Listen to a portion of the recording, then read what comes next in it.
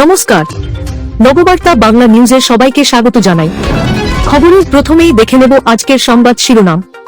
বিধানসভায় বন্ধ শুক্রবারের নামাজ বিরতি, সিদ্ধান্তে তুমুল হট্টগোল। মুসলিম বিধায়কদের মধ্যে চরম অসন্তোষ। হঠাৎ দেশ ছেড়ে পাকিস্তানে যাচ্ছেন 154 জন ভারতীয়। ভিসাও মঞ্জুর করেছেন পাকিস্তান। কি ঘটেছে জানুন। নয়, খেজুরিতে বিজেপির কাছে দাঁড়াতেই পারল না তৃণমূল। চিন্তায় কপালে ভাঁজ মমতার। হিন্দু ব্রাহ্মণ মেয়েকে কোর্ট ম্যারেজ করতে আসা মুসলিম যুবককে বেদম পিটিয়ে দিল উকিলরা। মেয়েটি 6 মাসের গর্ভবতী। কল্যাণী মেলায় ভয়াবহ দুর্ঘটনা, গ্যাস বেলুন সিলিন্ডার ফেটে মৃত্যু তরুণীর, আহত একাধিক। রবিবার রাজ্য জুড়ে বজ্রবিদ্যুৎ সহ বৃষ্টি, শিলাবৃষ্টি, ঝোড়ো হাওয়ার পাগলামি। সোমবারও কি এমনি চলবে? জানুন বিস্তারিত খবরে। সংবাদ শিরোনামগুলো শুনছিলেন, এবার জানাবো পুরো সংবাদ। প্রতিদিনের খবরের টাটকা আপডেট পাওয়ার জন্য আমাদের নববার্তা ইউটিউব চ্যানেলটিকে সাবস্ক্রাইব করুন। আসছি বিস্তারিত খবরে।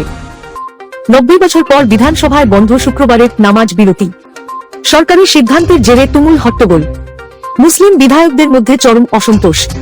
হঠাৎই ছন্দপতন। 90 বছর ধরে চলে আসা রীতিতে এবার ছেদ পড়ল। আজ থেকে বন্ধ হয়ে গেল শুক্রবারের বিধানসভার 2 ঘণ্টার নামাজ বিরতি। সরকারের এই সিদ্ধান্ত চলতি বছরের বাজেট অধিবেশন থেকে কার্য করা হয়েছে। বিরোধী দলগুলি সরকারের এই ধরনের সিদ্ধান্তের বিরুদ্ধে সুর চড়িয়ে সরকারকে তীব্র আক্রমণ করে এই সিদ্ধান্তকে সংখ্যাগরিষ্ঠের চাপিয়ে দেওয়া সিদ্ধান্ত বলে অভিহিত করেছেন। অন্যদিকে স্পিকার সিদ্ধান্তের পক্ষে যুক্তি দেখিয়ে সংবিধানের ধর্মনিরপেক্ষতার কথা উল্লেখ করেছেন। মুখ্যমন্ত্রী হিমন্ত বিশ্ব শর্মা এটিকে ঔপনিবেশিক ঐতিহ্যের অবসানের লক্ষ্যে বড় পদক্ষেপ বলে অভিহিত করেছেন। অসম বিধানসভায় শুক্রবার নামাজ পড়ার জন্য মুসলিম বিধায়কদের জন্য বরাদ্দ 2 ঘণ্টার বিশেষ ছুটি বাতিল করা হয়েছে। অসম বিধানসভায় গত 90 বছর ধরে চলে আসছিল এই ঐতিহ্য, কিন্তু এবারের বাজেট অধিবেশন থেকেই এই ঐতিহ্যের অবসান ঘটল। সংবিধানের ধর্মনিরপেক্ষতার কথা উল্লেখ করে স্পিকার পরামর্শ দেন যে অসম বিধানসভার কার্যক্রম অন্য দিনের মতো শুক্রবারও চালিয়ে যাওয়া উচিত।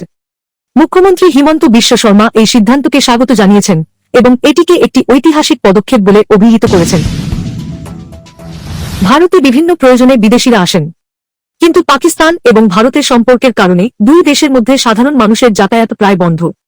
তবে দল বেঁধে ভারতীয়রা পাকিস্তানে যাচ্ছেন এমন ঘটনা তেমন দেখা যায় না। তবে এবার যাচ্ছেন 154 জন ভারতীয়। প্রত্যেকের ভিসাই মঞ্জুর করেছে পাকিস্তান সরকার। কিন্তু হঠাৎ কেন এতজন ভারতীয় পাকিস্তানে যাচ্ছেন? পাকিস্তান দূতাবাস সূত্রে খবর, 154 জন তীর্থযাত্রীর ভিসার অনুমোদন দেওয়া হয়েছে। এরা প্রত্যেকেই পাকিস্তানের পঞ্জাব রাজ্যের শ্রী কাটাস রাজ মন্দির দর্শনে যাবেন বলে জানা গিয়েছে। ফেব্রুয়ারির 24 থেকে 2 মার্চ পর্যন্ত তাঁরা পাকিস্তান সফরে থাকবেন। ভারতীয় তীর্থযাত্রীদের সফর নিয়ে শুভেচ্ছা জানিয়েছেন শাদ আহমেদ। বছর ঘুরলেই রাজ্যে বিধানসভা নির্বাচন। তার আগে বিভিন্ন সমবায় নির্বাচনে কোথাও ঘাসফুলের দাপট, কোথাও গেরুয়া শিবিরের দাপট। পূর্ব মেদিনীপুরে সেই ছবি দেখা যাচ্ছে। বিধানসভার বিরোধী দলনেতা শুভেন্দু অধিকারীর গড় হিসেবে পরিচিত এই জেলায় বিভিন্ন সমবায় নির্বাচনেও হাড্ডাহাড্ডি লড়াই হচ্ছে দুই দলের। গতকাল খেজুরি 1 ব্লকে একটি সমবায় নির্বাচনে জিতেছিল তৃণমূল। এবার খেজুরি 2 ব্লকের একটি সমবায় নির্বাচনে জিতল গেরুয়া শিবির।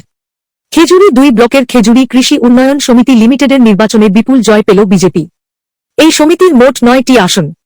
আর এই 9 আসনেই কার্যত শাসকদল তৃণমূলকে উড়িয়ে খেজুরি 2 নম্বর ব্লকের এই সমবায় দখল করল পদ্ম শিবির।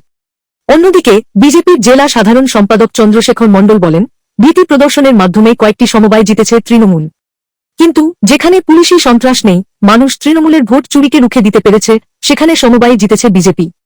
আগামী দিনেও পূর্ব মেদিনীপুরের সমবায়গুলিতে জিতবে বিজেপি। বোরখা দিয়ে শরীর ঢেকে মুসলিম প্রেমিকের সাথে আদালতে গিয়ে রেজিস্ট্রি ম্যারেজ করতে গিয়েছিল হিন্দু ব্রাহ্মণ তরুণী। কিন্তু উকিলরা বিষয়টি জানতে পেরে ওই মুসলিম যুবককে ধরে বেদম পিটিয়ে দেয়। পরে পুলিশ গিয়ে ওই জুটিকে উদ্ধার করে। মধ্যপ্রদেশের রেওয়া জেলা আদালতের ঘটনা। পুলিশ জানিয়েছে, আইনজীবীরা তার ধর্মীয় পরিচয় সম্পর্কে জানতে পেরেই তারা যুবককে মারধর শুরু করে। এই মাসে এটি দ্বিতীয় ঘটনা। 2 সপ্তাহ আগে ভোপাল জেলা আদালত থেকেও একই রকম একটি মামলা সামনে আসে, যখন হিন্দু সংগঠনের সাথে যুক্ত কিছু লোক একটি মুসলিম ছেলেকে লাভ জিহাদ চালানোর অভিযোগ করে মারধর করে। পুলিশের মতে, একজন আইনজীবী মেয়েটির আধার কার্ডে একটি হিন্দু নাম পেয়ে হট্টগোল শুরু করেন। আইনজীবীরা অভিযোগ করেছেন যে এটি লাভ জিহাদের মামলা। এরপর কিছু ক্ষুব্ধ আইনজীবী যুবকটিকে বেদম পেটাতে শুরু করেন। গভীর রাতে কল্যাণীতে মেলার মধ্যে ভয়াবহ দুর্ঘটনা। গ্যাস বেলুনের সিলিন্ডার ফেটে মৃত্যু হল এক তরুণীর। আহত হয়েছেন আরও 3 জন। ঘটনায় ব্যাপক শোরগোল এলাকায়। পুলিশ ও স্থানীয় সূত্রে খবর, গতকাল ঘটনাটি ঘটেছে রাত 12টা নাগাদ নদিয়ার কল্যাণী থানার ঘোড়াগাছা এলাকায়। মৃত তরুণীর নাম মুস্কান মণ্ডল, বয়স 24। ঘোড়াগাছা স্কুলের মাঠে মিলনমেলা চলছিল। সেখানে একটি স্থানীয় ক্লাবের পাশে গ্যাস বেলুনের পসরা সাজিয়ে বিক্রি হচ্ছিল। গতকাল রাতে হঠাৎ করে সিলিন্ডার ফেটে জখম হন 4 জন। তাদেরকে উদ্ধার করে তড়িঘড়ি কল্যাণী জে.এন.এম মেডিকেল কলেজ হাসপাতালে নিয়ে যাওয়া হয়। সেখানে 24 বছর বয়সী তরুণীকে মৃত বলে ঘোষণা করা হয়। আহত 3 জনের মধ্যে বেলুন বিক্রেতাও রয়েছে। ঘটনায় এলাকায় শোকের ছায়া। তদন্ত জারি রেখেছে কল্যাণী থানার পুলিশ। এবার নজর রাখব আজকের আবহাওয়ার খবরে। আজ রবিবার রাজ্য জুড়ে বৃষ্টি হবে। বজ্রবিদ্যুৎ সহ বৃষ্টি, শিলাবৃষ্টি এবং দমকা ঝড়ো বাতাস বইবে। সঙ্গে বজ্রপাতের আশঙ্কা। জানা গিয়েছে, গাঙ্গেয় পশ্চিমবঙ্গ থেকে তেলেঙ্গানা পর্যন্ত রয়েছে এক অক্ষরেখা। এর প্রভাবে প্রচুর জলীয় বাষ্প ঢুকবে বঙ্গোপসাগর থেকে। শনি ও রবিবার রাজ্য জুড়ে বৃষ্টি, বজ্রবিদ্যুৎ সহ বৃষ্টি, শিলাবৃষ্টি এবং দমকা ঝোড়ো বাতাস বইবে। সঙ্গে বজ্রপাতের আশঙ্কা থাকছে। কলকাতায় সন্ধ্যের পর বজ্রবিদ্যুৎ সহ ঝড় বৃষ্টির সম্ভাবনা। আগামীকাল রবিবারেও বজ্রবিদ্যুৎ সহ বৃষ্টির সম্ভাবনা। আংশিক মেঘলা আকাশ, কখনো পুরোপুরি মেঘলা আকাশ। বিক্ষিপ্তভাবে কয়েক পশলা হালকা থেকে মাঝারি বৃষ্টি। সঙ্গে দমকা ঝোড়ো বাতাস বইতে পারে।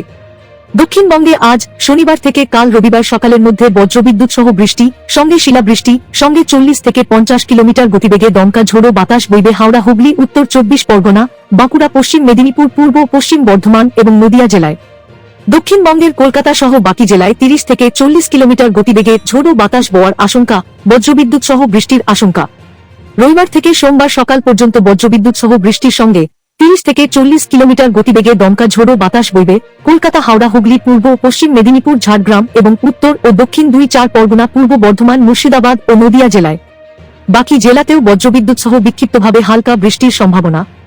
সোমবারেও বজ্রবিদ্যুৎ সহ হালকা থেকে মাঝারি বৃষ্টির সম্ভাবনা দক্ষিণ 24 পরগনা, পূর্ব মেদিনীপুর, পশ্চিম মেদিনীপুর জেলায়। মঙ্গলবার সকালের দিকে আংশিক মেঘলা আকাশ ও পরে পরিষ্কার আকাশের সম্ভাবনা। উত্তরবঙ্গের দার্জিলিংয়ের উঁচু পার্বত্য এলাকায় হালকা তুষারপাত। তুষারপাতের সম্ভাবনা থাকবে সোমবার পর্যন্ত। সিকিমে তুষারপাতের সম্ভাবনা ও তার সংলগ্ন দার্জিলিংয়ের উঁচু পার্বত্য এলাকায় হালকা তুষারপাতের পূর্বাভাস। দার্জিলিং ও কালিম্পং বৃষ্টি চলবে সোমবার পর্যন্ত। নববার্তা বাংলা সংবাদ দেখতে এবং অথেন্টিক টাটকা খবরের জন্য চ্যানেলটিকে সাবস্ক্রাইব করে রাখুন। ধন্যবাদ সবাইকে।